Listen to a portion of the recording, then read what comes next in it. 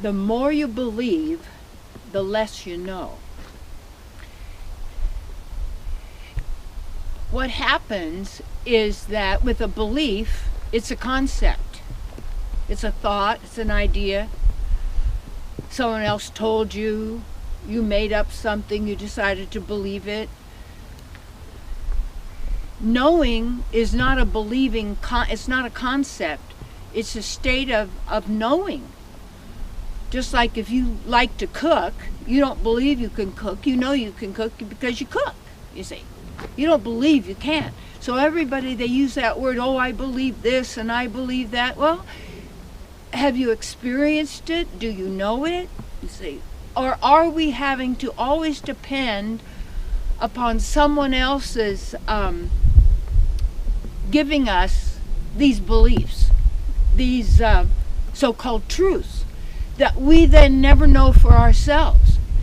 And then, you know, that state of, you say you know something, and when someone else, well, these are the facts over here, this is the way it is, but you know something different. They say, well, I guess what do I know? So then you stop knowing and you go, well, I guess they know. They don't know. They're giving you a belief. They're giving you something, some concept. Remember, this is a mental universe. So all of these thoughts, all of these things are all creating, projecting, in a sense, what we're perceiving as the reality. When we're anchored in ourself, we're always in the spiritual, the divine, the magnificent, the mystical. Call it what you will. That this is we're in. What do I say? We cannot be in tune with someone else in that sense. But consciousness is contagious, so we take on the consciousness of others and then leave our own knowing because we believe this is the way it is, or we've been taught that it's true, we've been tested on it, but it's not true.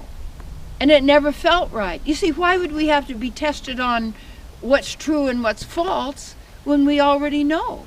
When you're in the state of the now, there's no programs running. There are no thoughts going on. There's no pain. There's no suffering. There's no past, present, or future.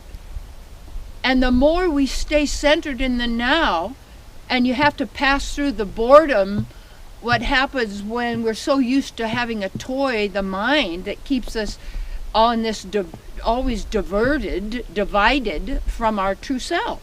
That's the battle of Armageddon in the mind. Yeah.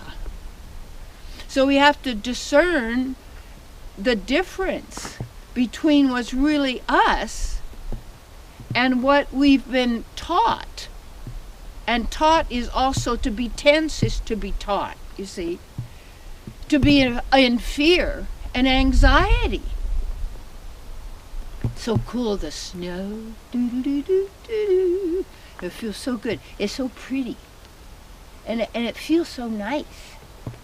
And to be able to be out in it, you know, when you're nice and all cozy and everything, it's kind of nice. So this sense of being now, that's where you are. And right where you are, you don't need anybody else to do this, is stop thinking. And part of that, watch where your thoughts are going. It wants to destroy you. Really. And the fear that's kept in with all these rules and regulations and, you know, what you're to do and the rights you have and the rights you don't have and who you are and what you can see and your God. You know, is that what you want? Walk away. Don't play. Activate yourself. Honor your spirituality. Have spiritual discernment. And that's also always, is this me? How does this feel? Say you wanted to give something, and then the little voice says, oh, you better not do that. You won't have anything. So I won't. I'll just hold on to it. So there you are. All you've got is what you're all holding on to, because you can't let any of it go. No, it's like to open. I don't say giving all away. I'm not saying that. It's it. Anyway, that it is not it. Anytime the it is used, it's the thing. And we're talking about the outer creation. And what we want to be is in our beingness, in wherever we are, we're in the spiritual. Because that's who we are. Because we're with the self. We are whole, complete, and perfect. We're not lusting for anybody or anything. We don't have to have ambition. We don't have to keep it going. You got to slow and give yourself, use all the time to make it work for you, to be and access and activate eternally all that you are.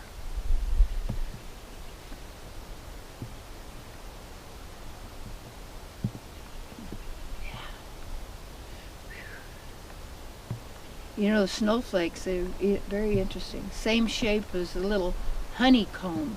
Mm-hmm. They say they're all different. I don't know how anybody knows they're really all different.